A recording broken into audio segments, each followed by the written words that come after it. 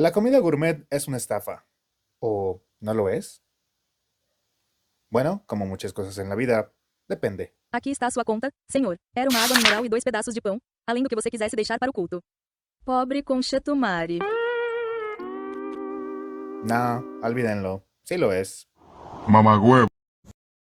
¿Alguna vez te ha pasado que sales de un restaurante con hambre, pero con la cartera vacía? A mí sí, pero al menos me dieron una espuma de apio y una mugroseada por parte del mesero. Hablo de esos lugares en el que el platillo parece más una obra de arte minimalista que comida real. Si también te has preguntado por qué algunas personas están dispuestas a pagar miles de dólares por algo que cabe en una cuchara, chance deberías quedarte a escuchar esto.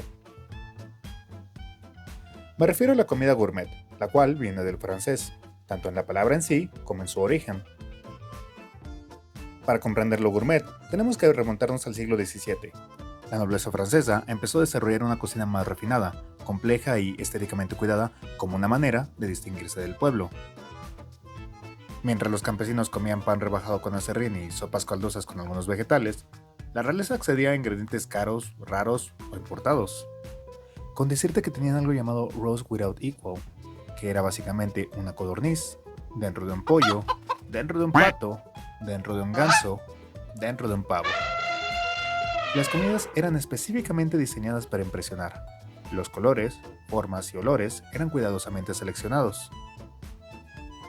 Y el lujo no se limitaba solamente a la comida, sino también a la decoración. Se usaban esculturas hechas de mazapán o masa que podían representar castillos, escenas mitológicas o animales. Probablemente desde aquí la noción que los Ferrero Rocher son caros cuando en realidad es un chocolate barato más. Algunos platillos incluían elementos mecánicos, pasteles que al cortarse liberaban aves vivas, o platillos servidos con efectos de humo o fuego. Se contrataban músicos, acróbatas o actores que acompañaban los platos con representaciones alegóricas. Se hacían fuentes de vino, árboles de fruta artificiales y construcciones móviles. Ya entiendes toda la idea, inclusive había pavos reales como decoración. Ahora, todo esto suena muy bonito, pero no olvidemos algo. Mientras los nobles se hinchaban la boca con pasteles y vino, había una población que moría de hambre. En esta época, comer diferente era sinónimo de ser diferente. Quien podía pagar ingredientes importados y contratar cocineros especializados se colocaba socialmente por encima de quienes solamente subsistían.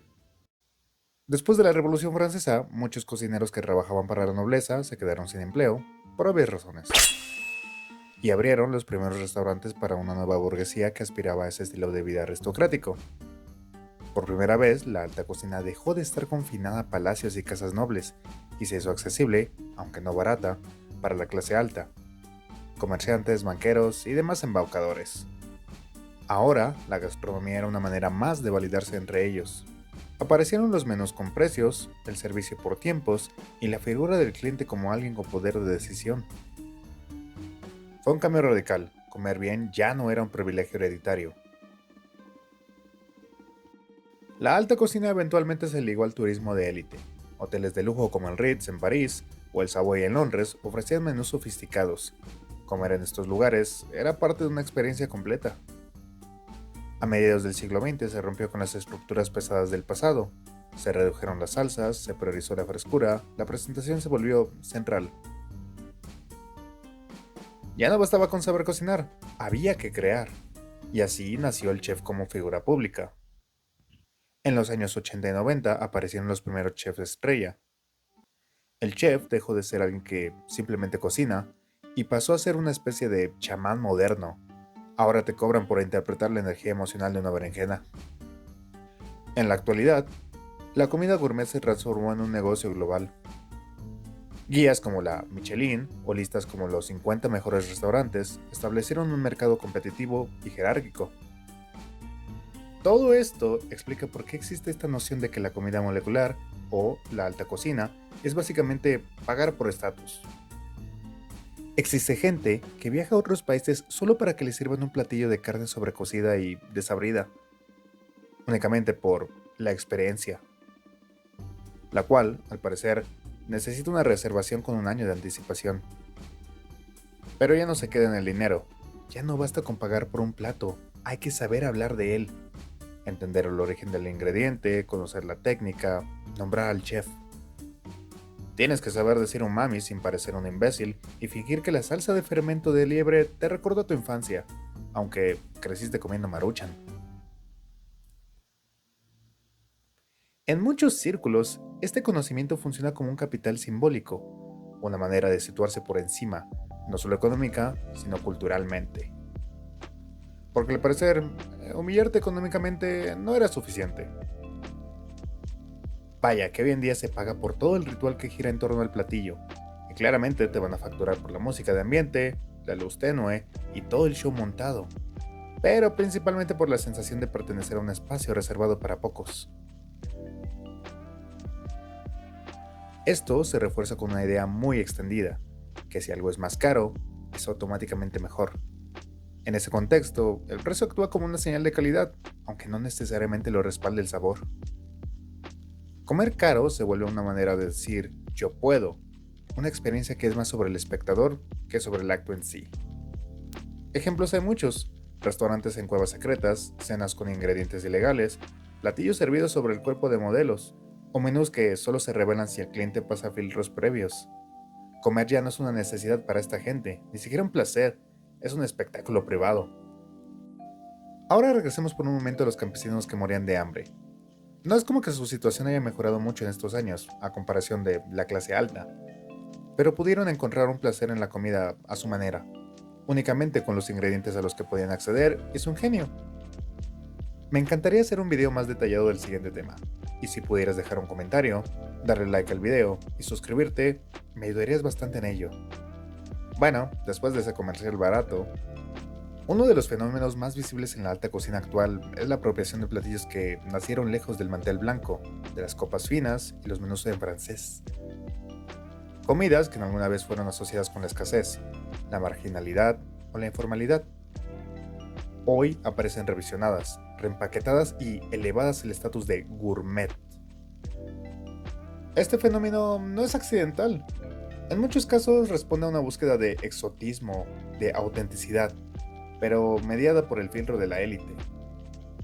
La cocina, que antes se consideraba baja o pobre, se revaloriza, pero solo cuando es intervenida, higienizada y legitimada por chefs de renombre o por espacios de prestigio. Y supuestamente se aplaude su origen, pero no se le da el espacio a quienes lo crearon. Tacos deconstruidos, tamales minimalistas, arepas reinterpretadas, sopas de barrio en vajillas de diseñador.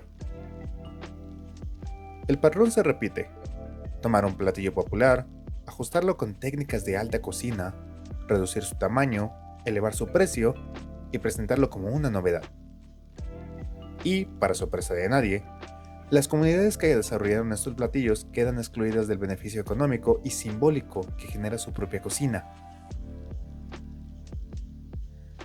No están en la carta, no están en la cocina, no están en el reconocimiento.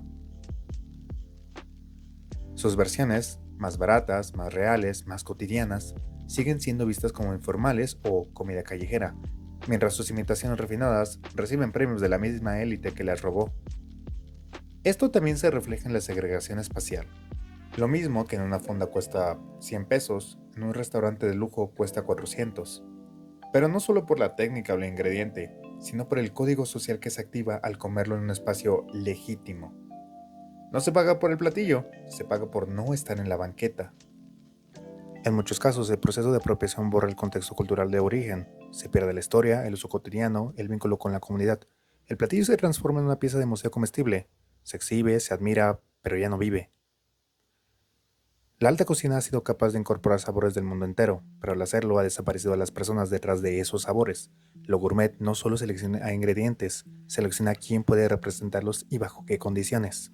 Y bueno, no estoy diciendo que la comida gourmet sea mala en sí, pero todo lo que está a su alrededor es al menos cuestionable. Pero mientras cobran miles por un plato típico reinventado, la señora que lo inventó sigue vendiendo fuera del metro con una cazuela y un toldo. Hoy más que nunca, la comida dice algo. No solo sobre lo que comemos, sino sobre quién tiene acceso, quién es escuchado y quién se sienta a la mesa. Comer bien siempre ha sido un acto social. La diferencia está en quién define qué significa comer bien. Hasta la próxima.